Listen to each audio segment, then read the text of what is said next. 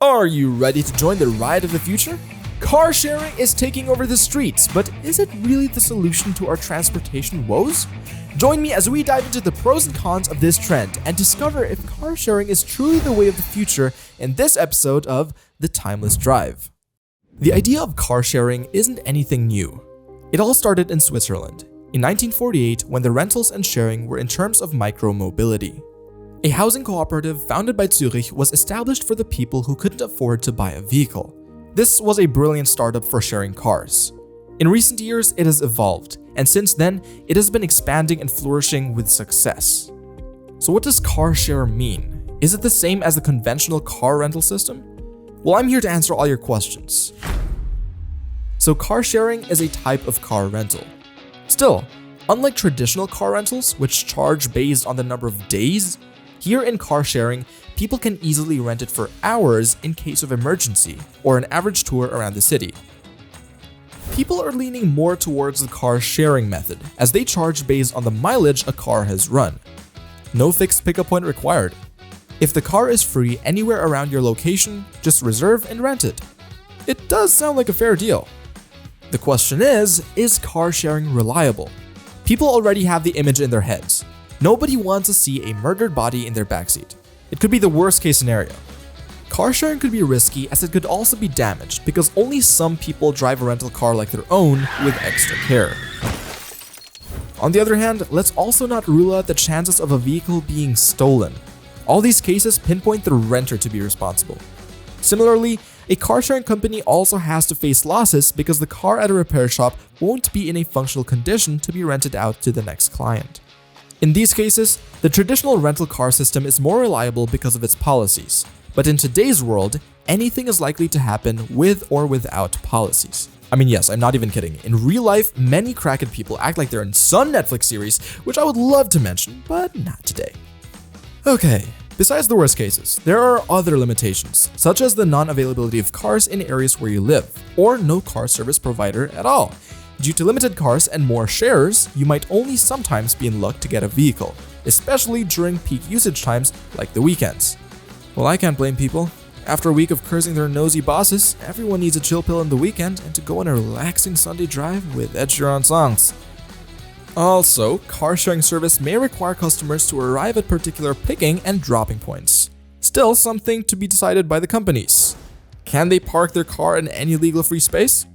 Is the owner of the car responsible to fuel it up before renting it out? And who should bear the charges of the fuel or charging when it's an electric car? But if you're looking for a car sharing service, it's easy peasy. Just Google all the car sharing services in your country, list the ones in your nearby area, contact an operator, meet their basic requirements, and set a rate and membership payment in which fuel and insurance are covered. And if the operator offers more than one car, you can pick the one you like most. Insurance companies do offer repair for the damage, but they may only sometimes give the level of coverage when the user and not the owner caused the damage. The same goes for maintenance, as companies cover care for their clients, but they may give different amounts of maintenance if a user overuses a car, so there is a handful of things to keep in mind. Are you considering car sharing as a cost-effective alternative to local transportation? While it may not always be cheaper than jumping on a bus, it can still be a more budget-friendly option compared to traditional car rental or purchasing a vehicle. Buckle up before we move on to the pros and cons. Please subscribe to The Timeless Drive and hit the notification bell so you never miss a video from us. As we can witness every day, every aspect of life has its pros and cons. So here are the pros on how car sharing can be a more efficient way to cope with growing pollution and traffic congestion on roads. It is undeniable that at some point in our lives, we have found ourselves stuck in a traffic jam and have had thoughts of leaving our car and walking away. And to avoid situations like these, car sharing allows fewer number of cars on the road. Car sharing is a very eco-friendly concept. One shared car can replace up to 20 individual cars. This means that car sharing can greatly reduce pollution and traffic congestion. Nowadays, many people are in a rush to purchase a car, and in some countries, there is a high number of cars per family. It's really important to bring awareness to the rising pollution levels and the lack of space in parking lots and on roads caused by this trend. So car sharing can be a great way to be mindful of fuel consumption and overall vehicle usage. People who own their own cars are often more likely to take unnecessary trips or drive more than necessary and then not care about it. Not to mention the monthly running costs and depreciation of owning a car. Just hop on the bike or go for a walk once in a while. It won't harm you, but instead will help you become fitter. As previously mentioned, in our current society, many people desire to have their own personal car, rather than participating in a car sharing or renting. There's also a social belief that owning a car is more individualistic and prestigious, rather than opting for communal car sharing. Owning a car is often seen as a personal preference, a form of self-expression, and a status symbol. Still, some of your positive output regarding car sharing can eventually make streets less crowded with cars, making them more pedestrian-friendly. The number of people buying cars has increased to 10 million in the US over 4 years.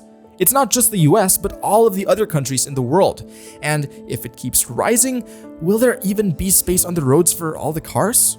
Or will patients have to bear a bumper-to-bumper drive while lying in an ambulance, praying to reach the hospital? It's a sad reality that we're not ready to think about. The car sharing system has so much potential as more and more people are taking advantage of it, while others are still thinking about it. The industry is growing and is expected to continue to do so. Research predicts that by 2025, around 10% of the population will use car sharing, and by 2026, the global car sharing market will reach $9 billion according to an article by Parsur.